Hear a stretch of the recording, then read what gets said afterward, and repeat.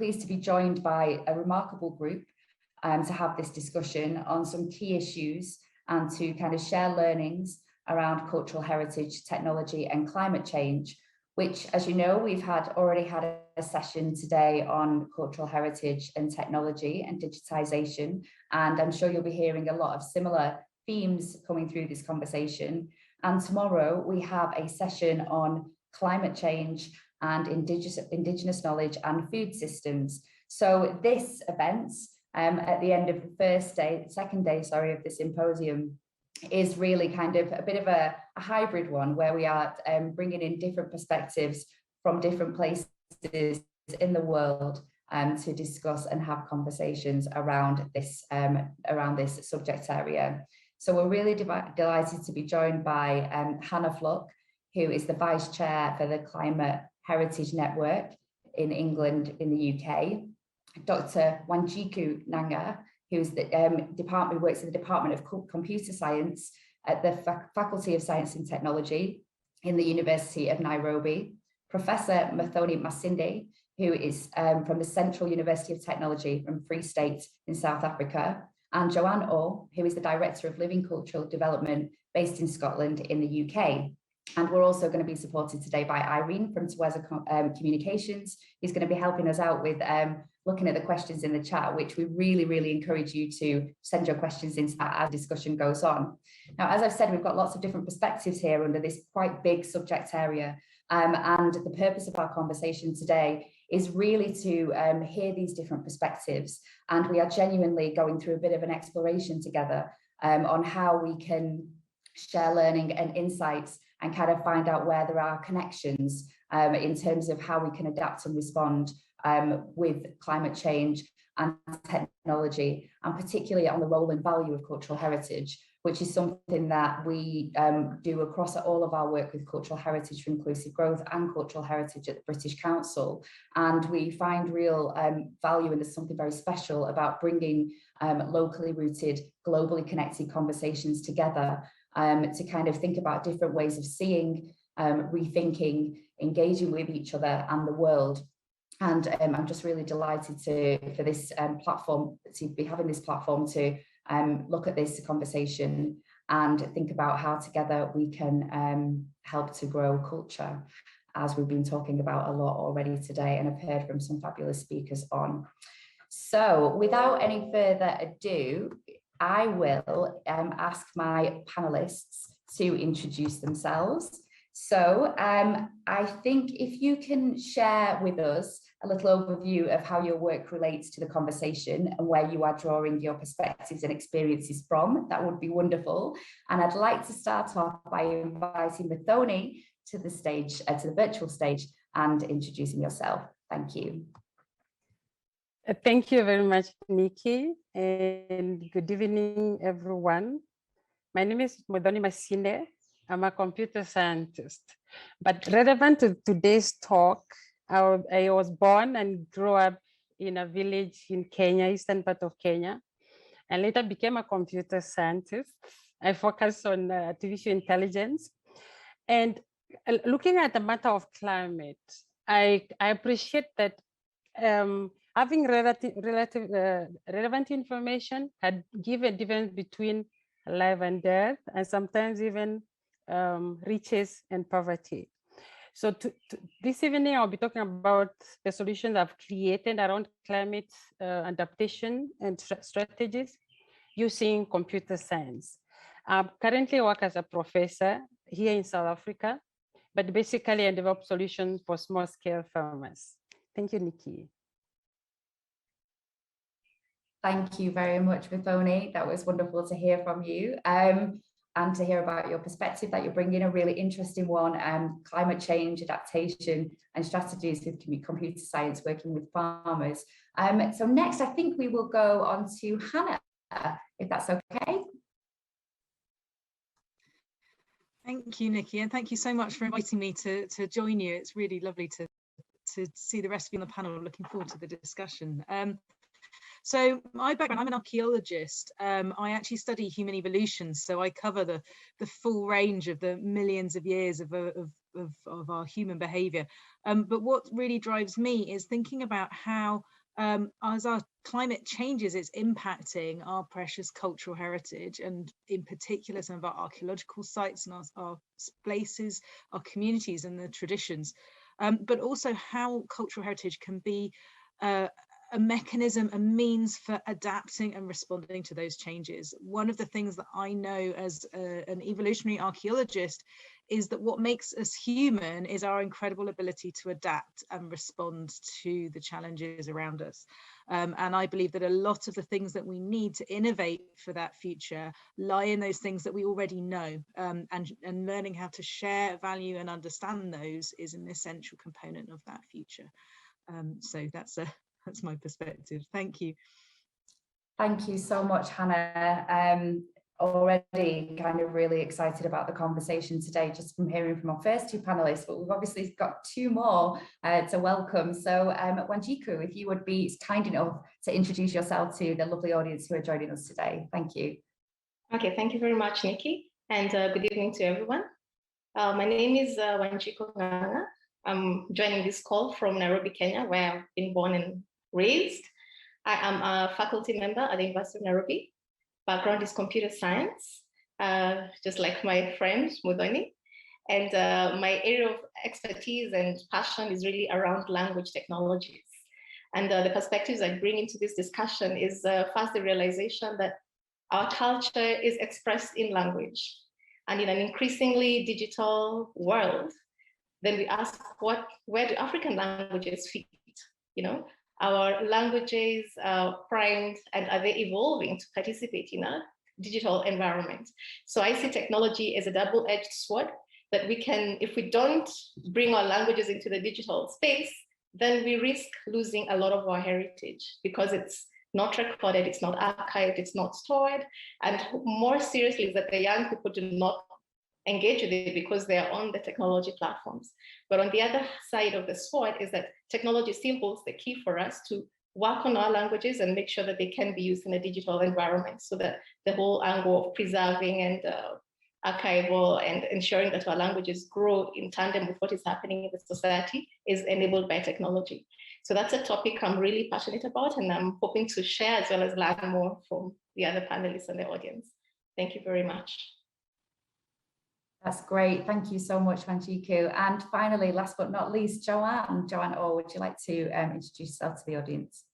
Thank you, Nikki, and thank you for the opportunity to participate today. Very excited about the conversation. So I've worked in cultural heritage for over 35 years. I'm passionate about community participation in shaping how heritage is not only preserved, archived, but continues to live. So my other passion is living culture.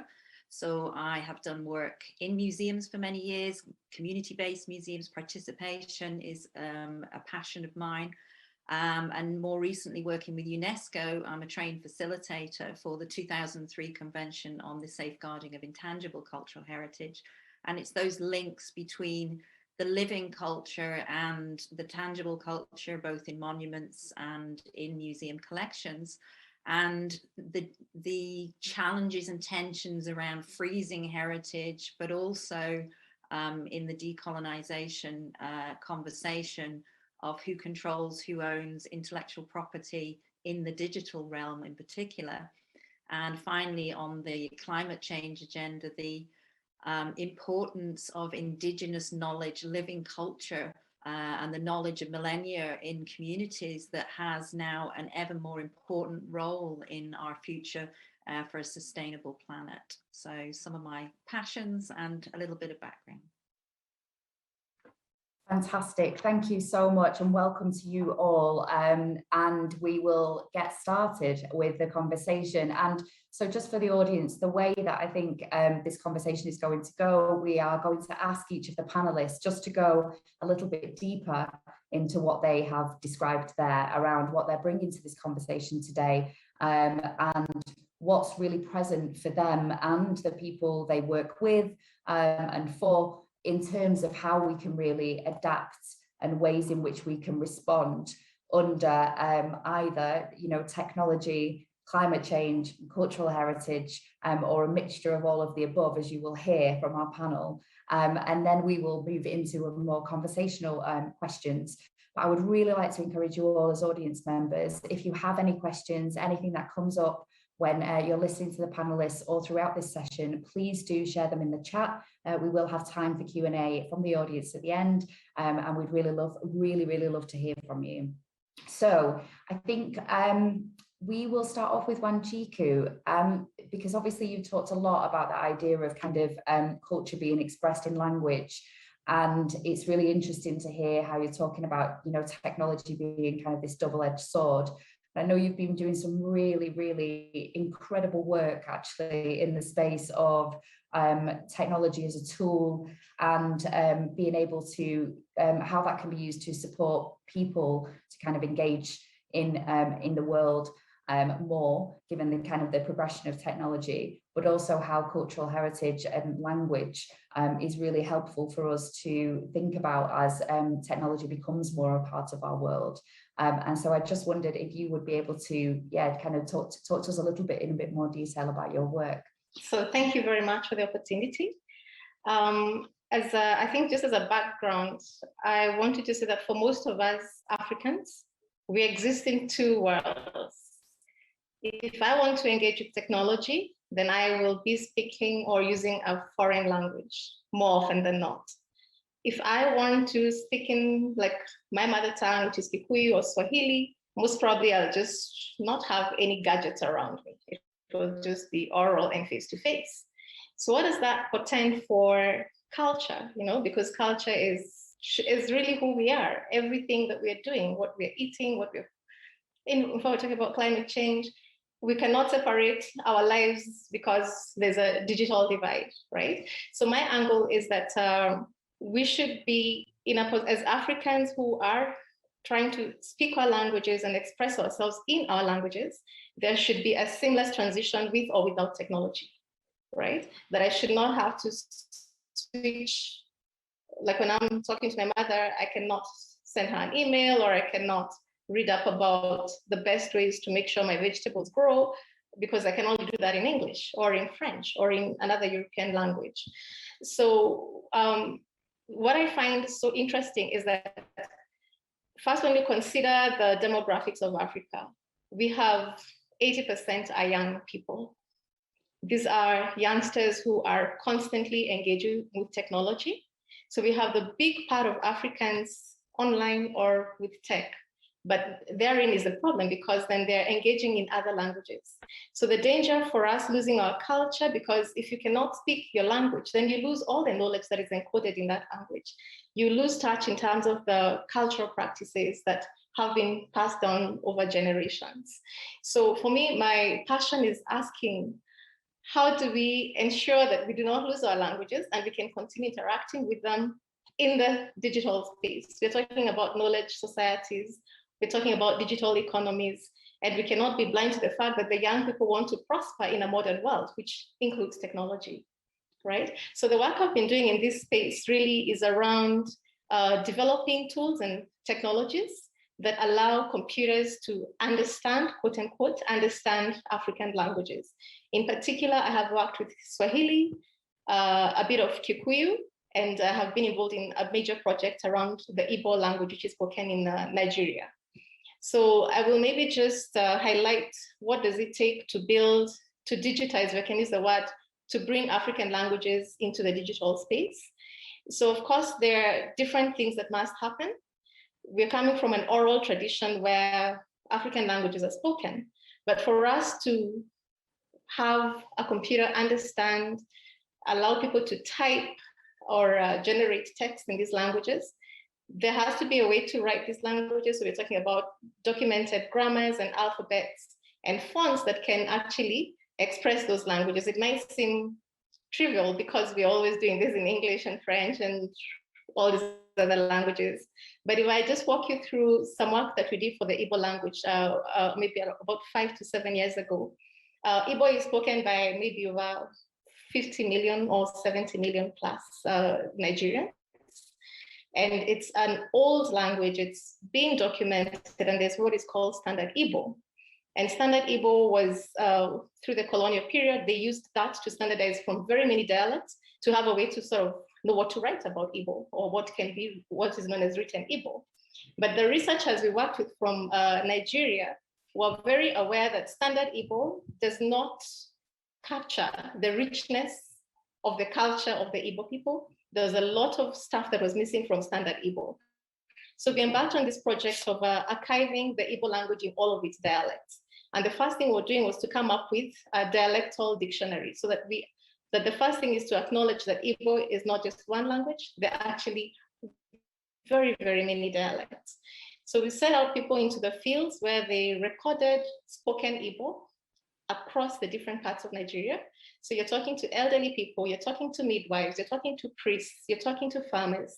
And in that way, they managed to collect very, very rich data that is really about what the Igbos talked about and do continue to talk about today.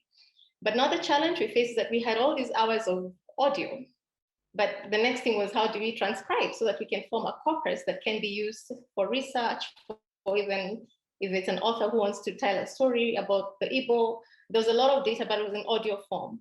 So the next thing was, we need to transcribe these texts. And that's when we realized, in fact, there were new sounds that had never been documented.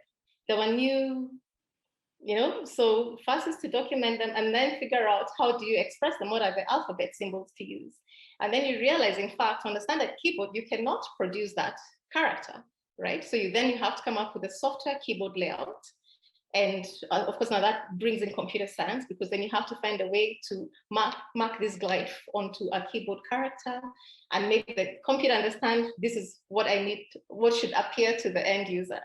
So we made through that hurdle. And then the next thing, of course, was things to do like spell checking, diacritic marking, because most of African languages are tonal.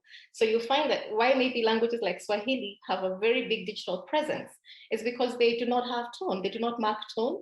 It has just very few letters which already exist in the English language. So there was no challenge in terms of producing digital text in Swahili. But for many other African languages, it's a very huge job or a task that has to be done so that we are able to work with these languages from a digital point of view. So our work has revolved around identifying alphabets, coming up with keyboards, fonts, and then now once you have the basics, you can then start to build applications around that. So we talk about speech synthesis systems, we talk about language recognition systems. So for instance, we're all familiar, if you're using Apple or Amazon, you have Siri, you have all these voice commands that we can give, and very easy to get information without having to be literate. All you need to do is be able to speak your language. So if it's a farmer like in Kikuyu or in Embu, why should they need to type anything if they can talk? Like if I could just ask in my mother tongue, how do I do this when I see that the rains are failing, right? But for us to answer that question using a mobile phone or a computer, then there has to be all these language technology processes that have been done to enable this African person to converse with the computer in their mother tongue. So that's the space we are operating in. And I find that it is so relevant because we cannot be talking about cultural heritage and preservation in a digital world and not talk about how we ensure that African languages continue to be used in a digital space, right? So of course, there are many challenges in terms of getting linguists and getting these languages that are in fact very fringe, to have people who have studied them, that you know the grammars that you can then use to write software algorithms that understand these grammars. And because the value really is not just in building the spell checkers and the level 1 technology platforms, but it's in the applications that face the user. That's when we will really use, make sure the technology is useful for us in terms of using African languages. So here I'm talking about, we talk about applications like voice assisted services for agriculture, for health, for education. All this can only be possible if we have built the foundations in terms of alphabets, the typing, the writing system, the entry in terms of keyboards and dictionaries. There's so much that goes into language technology. And that's a place where there's quite a bit of activity now. We'll find that in different universities, we have clusters of researchers that are working on different languages. And what I would say is that there needs to be much, much faster acceleration of generating this because we need to keep up with the young people. We seem to be losing them because they're online and we don't have content for them that is in their languages about themselves, right? Because part of the reason is that we're not able to generate text or information in these languages that is digital. I think maybe I'll just stop there for now, and looking forward to hearing more perspectives from the other panelists. Thank you very much.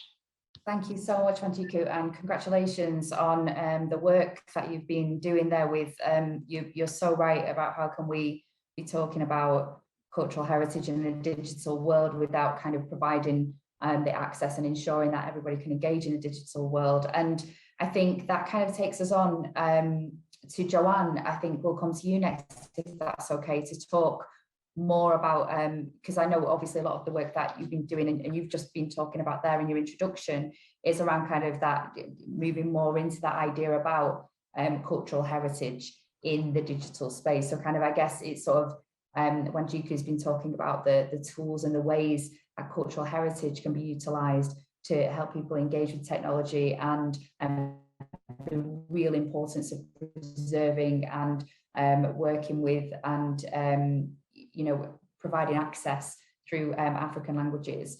And I think your perspective kind of comes, I think you've got a lot to kind of build on that as part of this conversation in the technology space. So if you could talk to us a little bit about kind of your experiences from working in lots of different places and ways in which what you're thinking about really at the moment, and in terms of what we need to do in terms of adapt and how we can respond. Great, yeah, no, fantastic to hear about the language, and recently returned from Canada and working on the West Coast in a museum there with provincial museum with archives, with a large Indigenous language archival collections that are now vital for language revitalization in the many nations, Indigenous nations on the West Coast of Canada, 204 different nations within British Columbia alone. And some of the challenges around those digital records were repatriation, digital repatriation. Where do those original records continue to sit? And I think that is a conversation that will grow and will, needs to develop and be heard. Who controls those digital assets and where should they be used? And communities are really looking now to take ownership and control of those. And just following on for that, a lot of the work I've done, and I'm currently working with another strand of cultural heritage for inclusive growth in Vietnam at the moment on a digital heritage collection pilot, working with communities right across Vietnam. And one of the discussions coming out of that is that tension around recording and archiving for that preservation, and communities wanting to preserve traditions and heritage that may be under threat and need safeguarding, with the idea that the almost inventorying of the 2003 convention is the idea of a living inventory that is continuous and growing, and it's the communities who decide what goes in it, what should continue to be safeguarded, and the idea that it never stops changing and developing. It's a continuous, culture is continuous. You might capture it. It's almost like, when you do your accounts or whatever, you have a small snapshot of that moment in time. And when we do the digital collections, are we just taking that snapshot? And how do we continue so that culture will not stay still? And also who creates those digital assets. So one of the approaches, so working in Scotland for many years with museums all over Scotland, was to create a wiki-based approach for inventorying that wasn't moderated, not authenticated. It was the practitioners who created the digital records, and that continues to grow, and that is the national inventory. So other countries in Scandinavia, and I think we're putting in the chat some of the links to all these sites that my examples. So Norway, for instance, now has a completely wiki-based approach where communities create their own inventory items, their digital collection, so to speak, and they moderate it themselves, they add to it. And that is the national inventory. And it was very contentious when that approach was first started, a lot of resistance in the kind of intangible cultural heritage world, that, you know, it has to be authenticated, academics need to look at it, when actually the experts are the practitioners themselves. So there are some tools out there, and one of them is a recent toolkit developed from India on heritage, intellectual property and marketing strategies. There's lots and lots of information in that toolkit. And one of the key things, following on from the previous points, is the importance of Indigenous language in the actual toolkits, in how people are approaching their social media. So there's, and developing codes of ethics around and guidelines of how those digital collections are used, approached, and the ethical principles around future usage. So intellectual property is a major area of concern and development of ideas. And the actual practitioners themselves continue to take ownership and ensuring they get the recognition. So there's some really nice case studies on that, of chow dancers in India not realizing that their dance videos have been used in Bollywood without actually them being recognized, and actually getting that back into, you know, challenging that.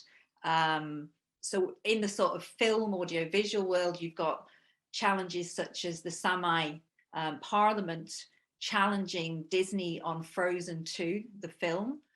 Frozen 1 wasn't very it wasn't very well accepted in terms of it was using Samai traditional knowledge and not acknowledging it. So the Samai Parliament actually created an agreement and said, you will acknowledge us and you will work with us to ensure Frozen 2 does recognize that this is our knowledge and our Indigenous heritage.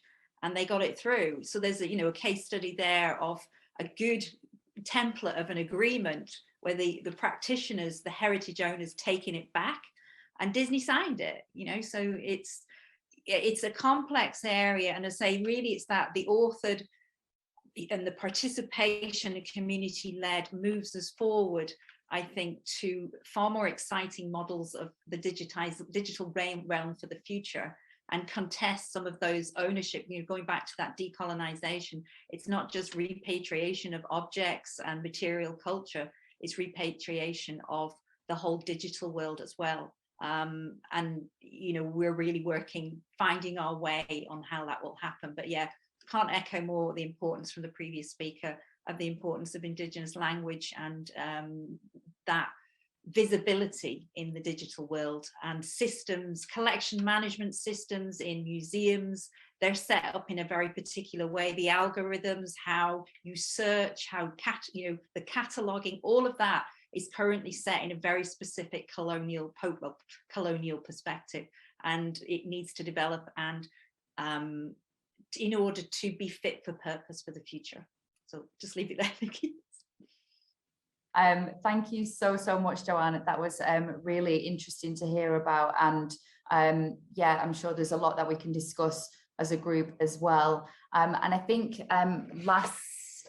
next we will move on to Muthoni, if that's all right with you. If you could share a little bit about your perspective on this subject, and the key things that you are thinking about in terms of and those you're working with, or that you're working on, in ways in which we can respond and adapt. Thank you. Thank you again, Nikki. I'll take up from where my two colleagues have stopped. For example, when Wanjiku said, if a farmer can talk to the phone and say, how do I plant? That's key, and that's the work we are doing. I started by saying I grew up in the village, and I noticed that, and even today in 2022, the small scale farmers do not necessarily have any information about weather. They still rely on their indigenous knowledge. So they will look at the skies and say, if the wind is blowing this way, then we need to start planting. Or if a particular tree has flowered more than another one, then there won't be hunger. I was home in December and I noticed that this mango tree that produces very tiny mangoes, there were massive mangoes everywhere. And I told my sisters, you know what, drought is coming.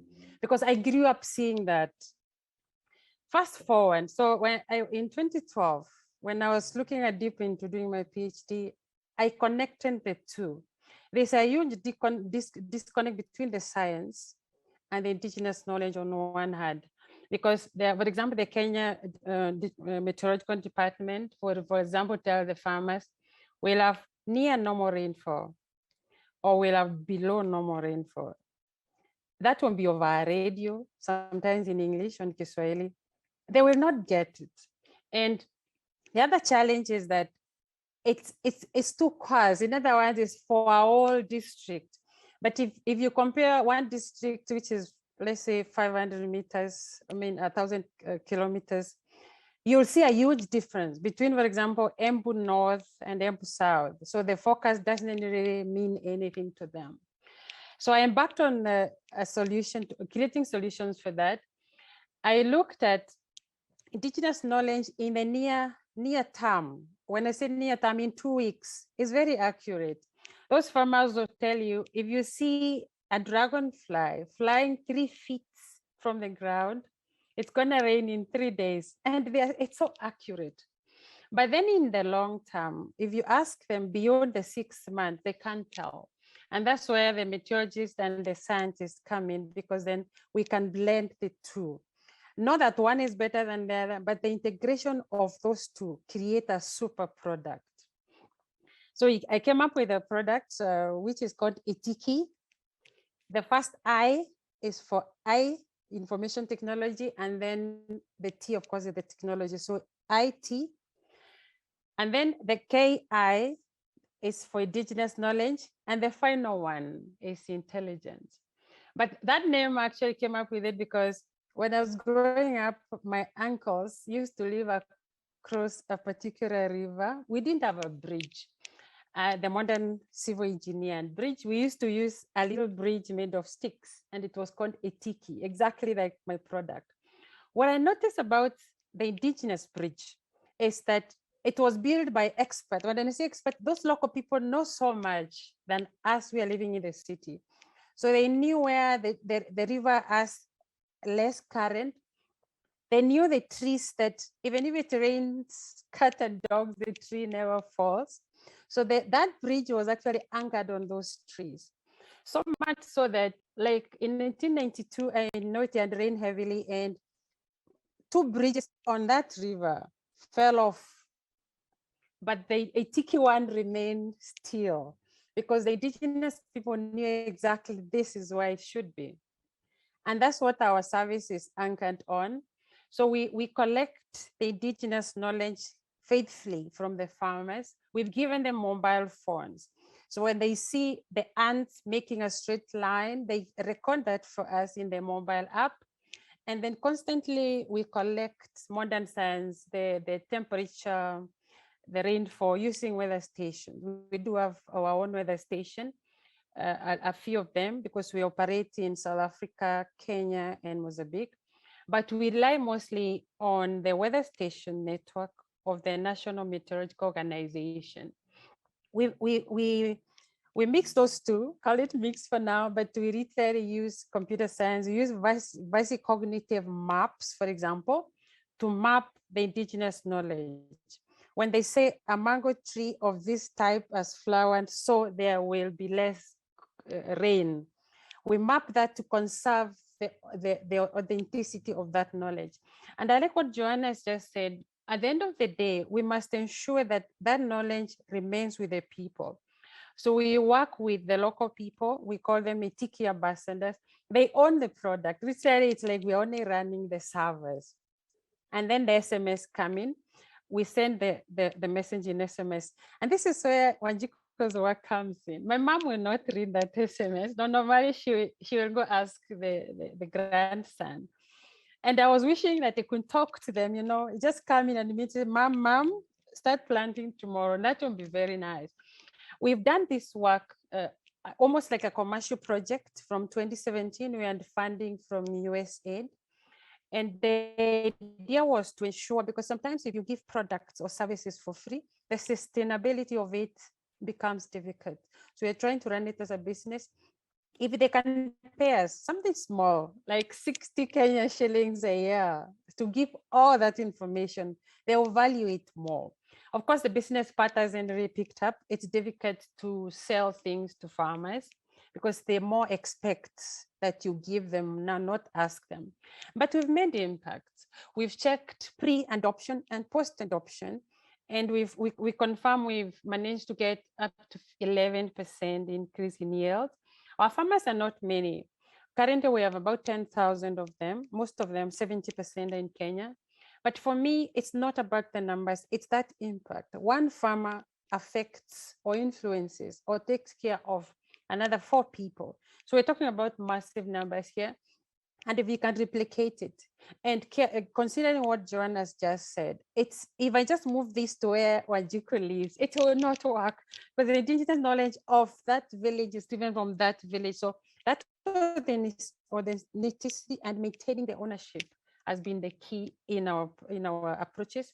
So in the design of the systems, we use design science. We work with them slowly, test the system with them. That's why maybe we haven't grown exponentially, but the impacts for us are really good.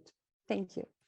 Thank you so much, Muthoni, and thank you so much to all of our panelists so far for making our own connections across all of the different perspectives that are being brought here. And it is really incredible to hear, how I guess so far how much people care on this panel, and obviously lots of people that you work with around finding solutions, utilizing cultural heritage, really taking it back to thinking about kind of ownership and those people-centered approaches, maintaining and kind of utilizing local knowledge and ensuring that people can participate and kind of have their own solutions to the challenges that we're facing today based on what we're facing and what they're facing. So I think last but not least at all, I would like to hand over to Hannah, Hannah Fluck, who's joining us as the Vice Chair for the Climate Heritage Network. And Hannah, if you would be able to talk us through again where you are with this quite big subject area that we're talking about today. And I know you're particularly interested in that kind of how we can adapt and ways in which we can respond to climate change, but also really very much around the value of cultural heritage with this kind of really, really significant issue and global challenge that we're facing. Thank you, Hannah. Yeah, thanks, Nikki. Too many thoughts about connections with what the other speakers have said. It's just fantastic to hear that work around language. I think we so often forget how important language is in connecting what are often much more tangible and visible elements of our culture. So that's really wonderful. I look forward to reading the paper you shared, Wanji. So I'm going to talk a bit about the Climate Heritage Network approach to some of this. So we have a phrase that we developed when we established the network, that anthropogenic problems need human solutions. So climate change is a humanly created problem. It's a challenge. Mainly it's the problem created from the Industrial Revolution in the global north, but it requires human solutions. We cannot address this just through environmental science, and I think the past decades have demonstrated that it doesn't matter how many more environmental science reports you have describing the problems and the challenges, it doesn't necessarily affect people's behavior, start to implement the solutions that we need. The reason for that is because in order to engage people and understand these human problems, we need to talk about human behavior, human culture, and those things that give us that connection to our places and to each other, both from the past and most importantly into the future. In December, there was an international co-sponsored meeting on culture, heritage and climate change, co-sponsored by the IPCC, the Intergovernmental Panel on Climate Change, ICOMOS and UNESCO. And Ho-Sung Lee, the chair of the IPCC, gave a speech, an opening speech, in which for the first time, I think the IPCC the highest level recognized how important culture was to addressing these challenges. And I'm just going to read out on the quotes because I think it's quite resonates with what we've heard from other speakers. So our culture and heritage are windows into millennia of human experience from which we can draw and use them to shape our strategies to adopt and to make our communities more resilient to climate change risks and challenges. Are we capable of projecting from our collective past into our shared future? I believe this is not only possible, but it is imperative that we do so. So I think it was a pretty resounding endorsement for the value and the relevance of the traditional knowledge, of the information that we have about how past peoples have adapted and how people continue to respond to some of these environmental challenges. I also wanted to talk about the ways in which we can use technology alongside that knowledge, because that is a pretty persistent theme of what we're talking about. So there are a number of projects that I've been involved with in England which are starting to look at that, and some which have also been applied around the world, including in Africa, which I will just draw attention to. But firstly, one of the challenges that we know we're facing is the loss of our heritage. There's a significant change. Things will not be the same in the future because of the challenges that we're facing with climate change. And one of the projects that I've been involved with, I have a PhD student, Tanya Venture, working on, is looking at how we can engage and support communities in understanding some of the changes and challenges that they're facing, recording what those places mean to them, and sharing that information to inform decision making. And one of the issues we have is that not everyone agrees. Everybody's relationship with their cultural heritage is not nice and neat. And actually, it's one of the things I think perhaps Ho Sung Lee has got wrong, is that there isn't always a nice tidy package of a shared past in which we all have the same understanding, although there may be more of a collective future. And so what Tanya's been doing is applying an approach called interactive documentary, which enables information to be gathered in lots of different forms, including in video and audio material, and different forms of documents, to put them all on one web-based platform and to make connections between them, to allow the reader, or the I think she describes them almost as the producer, the person interacting with that information, to navigate their own way through that information and draw on that information to make their own conclusions and inform their own understanding of those processes, rather than the more traditional way, particularly in my organization of Historic England, where we might write a report which has a set narrative which takes you through an order of this is more important than this and these are the conclusions. You can't get away from that with written text, but with the interactive documentary you can afford equal weight to different perspectives and allow the reader or the viewer to navigate their own way through, which I think presents some interesting options for both gathering that information, but also sharing, archiving, but also for decision makers about how you might be able to address some of these challenges. Another project which is also drawing on digital technology to help engage communities in decision making about the challenges that they're facing has been looking at using archaeological information for historic watercourses. So understanding the history of the landscape in this case in the north of England, how human activity has shaped those rivers, and the ways in which water has been used through time, drawing also on oral history, on archive material, and a whole range of information to try and map that, include that in a geographic information system, in GIS, to help create a source of information that can help inform future flood management. Not only that, but what we've found in the process of doing that, of gathering that information about the local history, engaging with people about oral history, and using arts and such as poetry to engage with people, that it opens up conversations that otherwise wouldn't have happened. And it enables the knowledge that local people have about those places, which I think, as we've heard from Professor Muthoni, that is not always expressed in a way that is translates directly into that kind of technological and scientific knowledge that perhaps our hydrologists and those managing our floods defences might be able to engage with, but it opens up an opportunity for that to feed into those conversations and make better and more sustainable decisions for the future.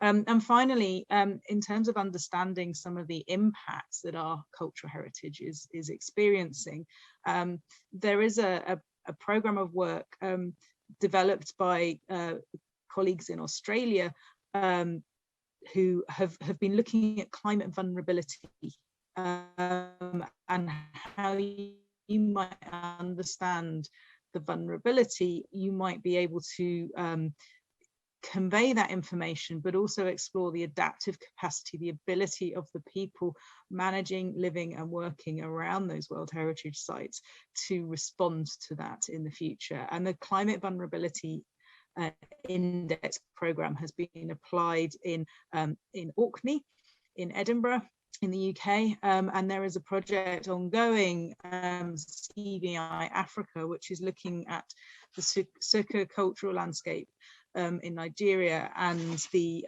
ruins of Kilwa in Tanzania, which has involved community workshops looking at the vulnerability and adaptive capacity of those World Heritage Sites. Brings together that information. They have developed an approach which relates the cultural, the social and the economic dependencies of those communities on the outstanding universal value of those World Heritage Sites, quite particular. Just finally, I think one of the things that really strikes me in the work that we've been doing through the Climate Heritage Network and also my role in Historic England in the UK, trying to engage and embed a greater awareness of what it is that cultural heritage can bring to addressing climate challenges, has been a challenge around really understanding its complexity. Cultural heritage underpins and runs through every single aspect of our lives, so it does crop up all over the place. And I've found that policymakers often find that a little bit disconcerting. What are you doing here? Why have you got anything relevant to say? And I think that's something that must be quite familiar to those working with aspects of traditional knowledge and culture that are relevant to pretty much every aspect of our life, but where perhaps we've become much more reliant on or expectant that it's technology, modern technology, that is most pertinent there. There is a space for the traditional knowledge, for our cultural heritage within pretty much all of those areas, as I think we've heard. The two are not incompatible. And I think we can learn an awful lot from the sort of work that we've heard from Dr. Wanjiku and Professor Muthoni in particular about how you can bring those things together through technology, which I'd really looking forward to hearing more about and thinking about how we might apply that to some of the challenges that we experience in the UK. Thank you. Thank you so much, Hannah. Well, I mean, this is obviously a huge subject area with lots of different experiences and ways of kind of, I think what Hannah said there about kind of enabling people or kind of finding ways to navigate our own way, or people to navigate their own way, which feels like a really important kind of point. And I guess that's just what I wanted to pick up on, really, by asking each of the panel. We're gonna, if it's okay, because we started a little bit later, we're gonna see if we could just borrow a little bit more of your time, if that's okay, just to kind of carry on with a couple of questions. And we have got one question in the chat. Thank you, Professor Kamani. I can see that there. Just before we go into the question in the chat, I would like to know, really, what do you all feel is kind of, from listening to each other and thinking about that idea of sort of connecting, or what the space is between policy and practice, and enabling and kind of working with, you know, providing solutions and ways in which communities can navigate their own way. Do you feel like there's something that is very particular about kind of an approach or practice which needs to be taken when you're working in these spaces? Does it feel like there is something that kind of, there's a thread that runs through what's really important for you, or kind of the connections between the different areas of work? I just would like to put that out there really and see if anybody kind of feels like there is. And I wonder if, Hannah, you said you can see lots of connections. So I just wonder if you would mind if we come to you first and then we can ask the other panelists. Yeah, I mean, the thread is the people. So we often think about so climate change, my area of challenge, it's a global challenge. It's a huge issue. It's highly complex, and I think it's really easy to be overwhelmed, to almost dismiss it, put it somewhere else because it's so big. But actually the impacts play out at a very personal level, at a very local level. It's a very human problem. The impacts are very real. And I think it's remembering that actually the action and the responses can also be at that level.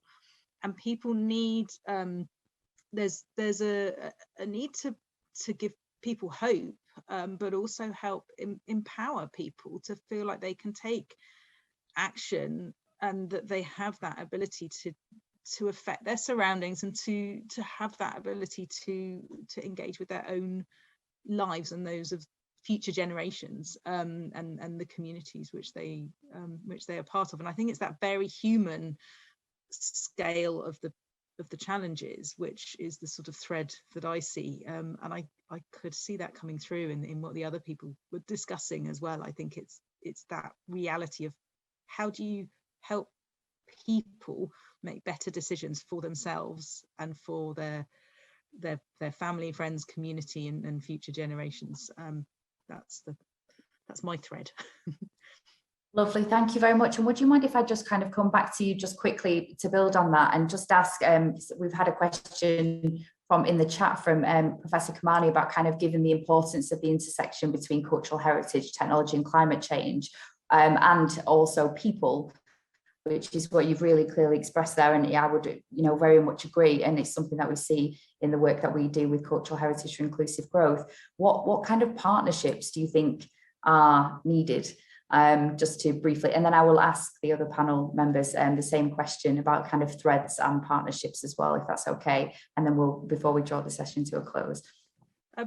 Yeah, it's a good point about the partnerships. I mean, I would say one of the things that's given me huge, it's been really exciting to see develop the Climate Heritage Network is the way in which those partnerships are both seen at that very local level, but the importance of drawing on those and reflecting on those at the international policy level and the genuine impact that we can have with the recognition that actually we need to and we can help influence policymakers to make sure that there is a recognition that policy as it's developed doesn't prevent or stifle that very local and human decision making. So I think the partnerships, for me, the best partnerships have that connection sort of up and down from the local to the very international, as well as sort of looking both forwards and backwards in time. It's a sort of multi-dimensional partnerships, and that could be quite challenging, but I think it can be done.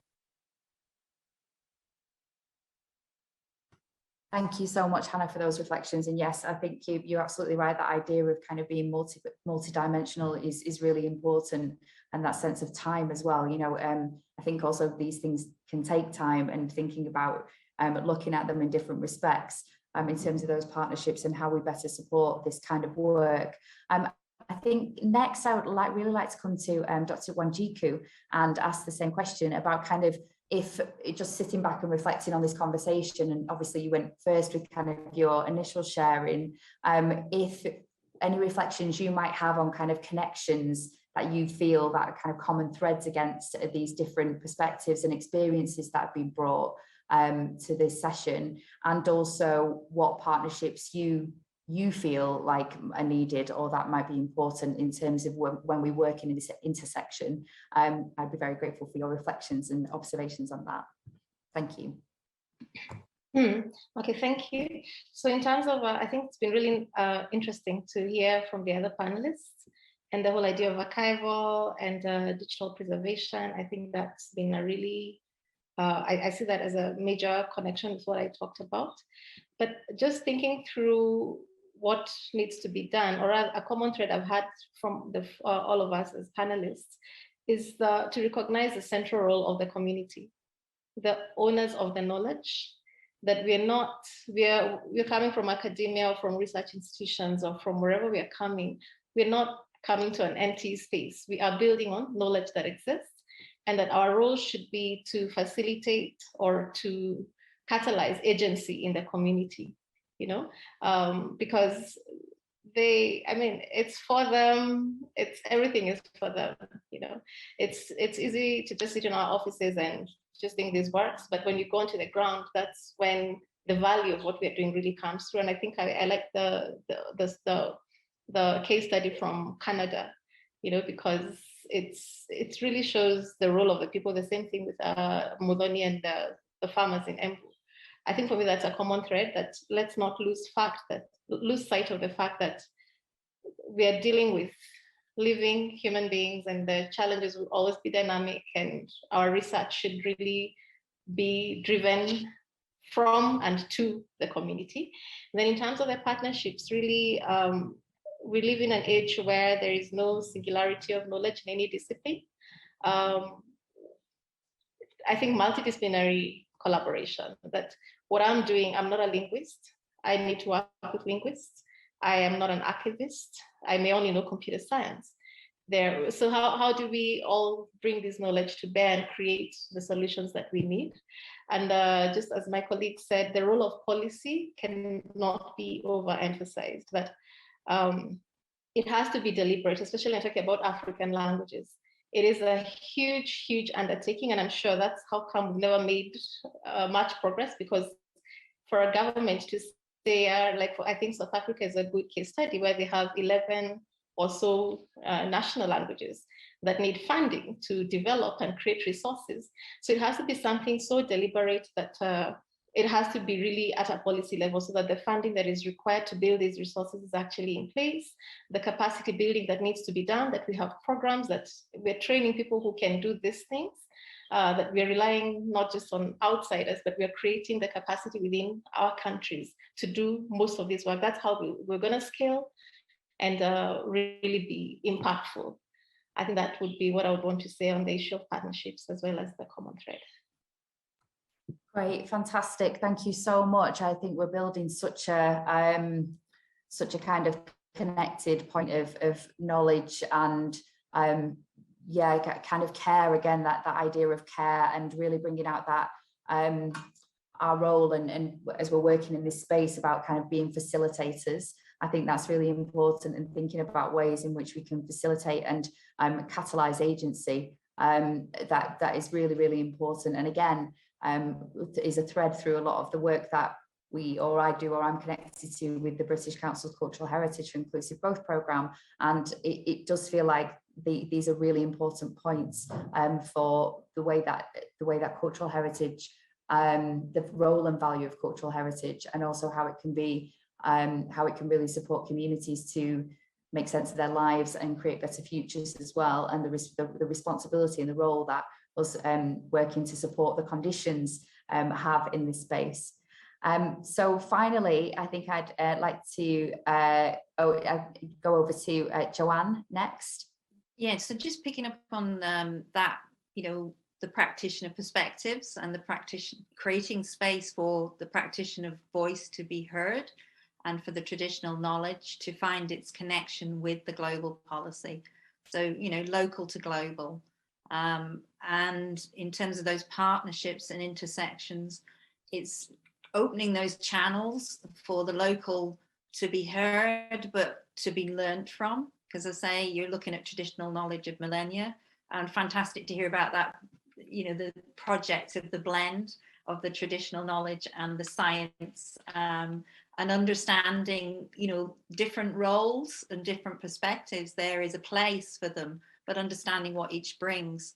And I think, you're facing many challenges. We're still at the missing pillar talks, the SDGs 2030 agenda, where is culture and what is our future role? Although it's beginning to feel a bit like Do we have to keep saying this because the evidence is around us everywhere we look of the importance of culture for resilience in conflicts, or working with the CPF, the Cultural Protection Fund, on the steering committee and as assessors, seeing time and again, and what in emergency situations of climate change, the resilience and the knowledge that sits in the culture and heritage that surrounds us, and listening and learning from that, but allowing partnerships and intersections that can make those future connections of new knowledge, and also how cultural heritage is continually evolving. It doesn't, and younger generations take a traditional practice and bring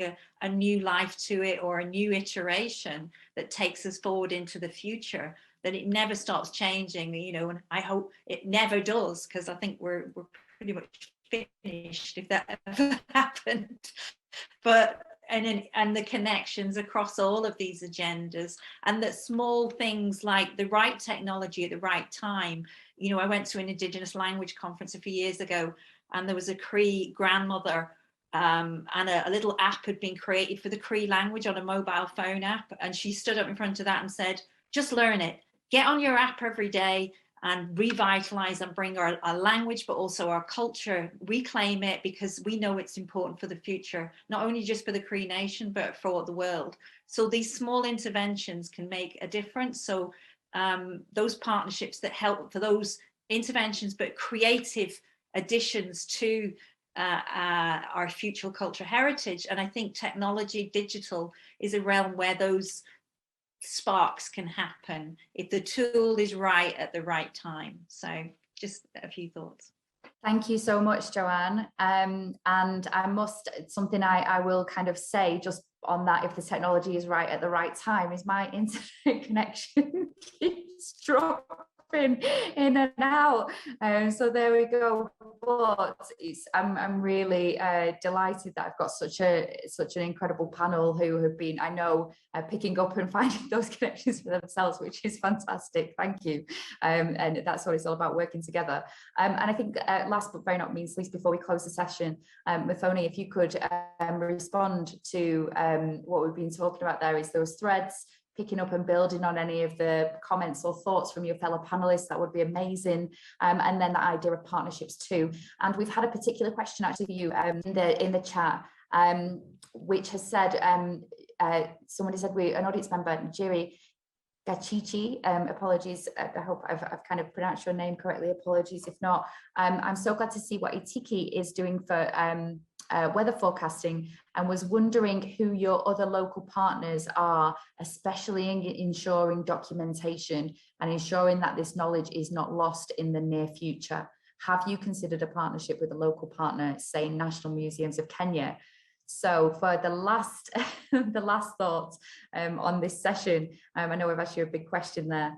And before we finally close, if I could just ask the other panelists to think of like one final, if you could sum things up of kind of what you would like to leave this space with, or what you leave in the space with before we close, that would be amazing if you could be thinking about that while Muthoni is answering that question. Thank you. Thanks, Nikki. I hope my internet is not falling off. I wouldn't want to dilute what my colleagues have said. I've said it all. And for me, it's almost like the answer is in front of me, that embracing cultural heritage for inclusive growth is the way to go. I almost call it going back to the roots. I've had interactions with scientists, especially from Ireland, and everyone seems to be looking back. That which we lost, that which we forgot, that which we abandoned when we embraced things that come from up without thinking very hard. We need to go back there. And Indigenous knowledge is one key factor to that. On the question on the chat, we currently working very closely with county government of Embu, and also the Kenya Meteorological Department, specifically the one in Embu. We've also looked at government land initiative. There's one particular one called KSEP. It's an abbreviation for something, but basically they give farmers loans and then farmers need to repay within a particular period of time, they realize that the drought is the biggest reason why they don't repay on time. So we're trying to offer that as a service so that if you know next year farmers are not going to harvest, why then invest in the farms? On the matter of collaboration, from my experience, everything my colleagues have said, bottom-up approach is very critical, but we've realized matters of climate, government plays a very critical role, especially because they more or less hold the farmers together. If whatever solution you work, if the government doesn't take it up, most likely it will just fall apart as soon as you've implemented. Those would be my parting shot. Thank you. Thank you so much. And so I would just like to round us up before we go to the panel for the very final words, if that's okay. And just say that it's been incredible really to hear when I've been able to hear the conversations just about the connections and the themes and the threads, and our global director of arts at the British Council, Masinde, days, and I've been really inspired hearing him talk at different moments about kind of his reflection and our work in this space. And he keeps asking this question: what does the world need now? What does the world need now? And it's really clear that kind of what we've heard from is such a huge subject area, with the panelists who work in lots of different places and contexts and geographies. And it's really clear that we need facilitators and multi-dimensional approaches and ways of connecting practice to policy. And most importantly, at the heart of all of this, I think really is care and people, and thinking about how cultural heritage should not remain in time. It can be used to look at not only to kind of past and how that can be what that means to us in the present, but how it can help us think about creating better futures, especially when we have such pressing issues such as climate change, and such new ways of seeing each other in the world, and connecting through digital technology. So I just, very final closing remarks before we finish. I'm going to ask Joanne first, if you have anything you want to share. I think what's the common thread is the importance of people, the practitioners, people-centered approaches and inclusive approaches, and creating tools that are tools, not an end in themselves. They're part of helping us on that journey, that allow participation and are appropriate and intentional at the right time, and a clear intention of what is it for, and that clarity around it will help, I think, things to move forward at a faster pace. We've seen this massive jump through COVID of digital, and there are huge numbers of new resources coming, to our attention, and but also we've seen people taking power and control into their own hands, sometimes through frustration, sometimes as creating something for the moment. But there's real legacies there that are going to be very important for our future, so that digital can help that. But I say that clarity of intention, what are we using it for and why, and who controls, and that people-centered approach is vital. Thank you so much, Joanne. And if we could hand over to Muthoni, just the one final, very quick, anything that you would like to share. I'll quote a phrase I like reading about is, we would like to use ICTs and technologies to help the conserved heritage by reclaiming it, retelling it, and rewriting it before it disappears. Thank you. Thank you so much. Hannah?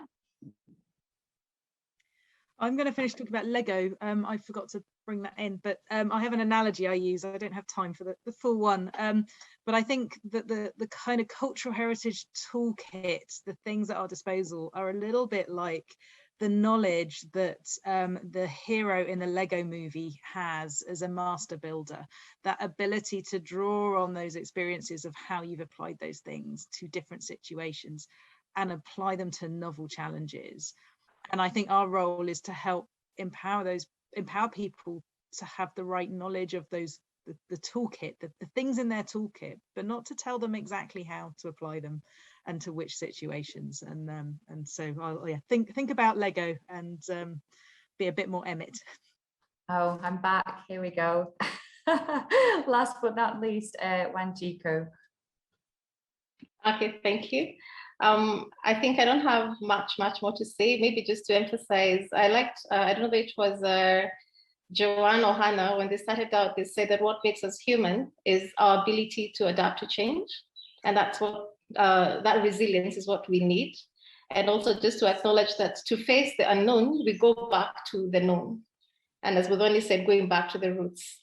So I think for me, what I carry forward from this is just to emphasize, really emphasize the need for us to collect and archive and use what Muthoni has said, our heritage in digital form, and to use technology to do that, so that the children who are growing up now will know about the red ants. I'd never even heard of that, you know? So there's so much knowledge that we have. I always say Africa is the oldest continent. Imagine the amount of knowledge that's here. We should not lose it. And we can use technology to ensure we hold on to our heritage. Thank you very much. Well, thank you very much, everyone. That has been such an interesting and fascinating conversation, and I'm really looking forward to watching this back and kind of really thinking about it. I'd just like to thank you for your contributions, your care, consideration, thoughts, your work in this space. Thank you to the audience for staying with us for a little bit longer. I really appreciate it. It's late and you've been listening to a lot today, so thank you so much.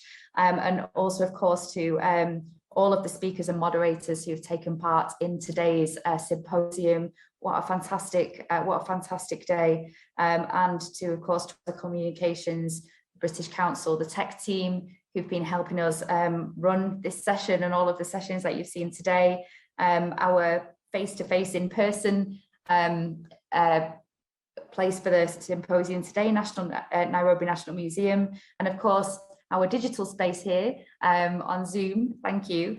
And we look forward to seeing you all tomorrow. A really good day with some more conversations around decolonising cultural heritage, on restitution, indigenous knowledge, reclaiming narratives about African languages, clothing and accessories, and climate change. So I hope to see you there. Thank you so much, everybody. Take care and enjoy the rest of your day. Thank you.